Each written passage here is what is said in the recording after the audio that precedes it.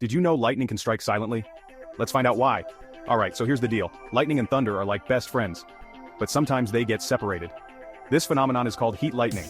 It happens when lightning is too far away. So far you can't hear the thunder. Picture this. A lightning bolt can travel up to 100 miles.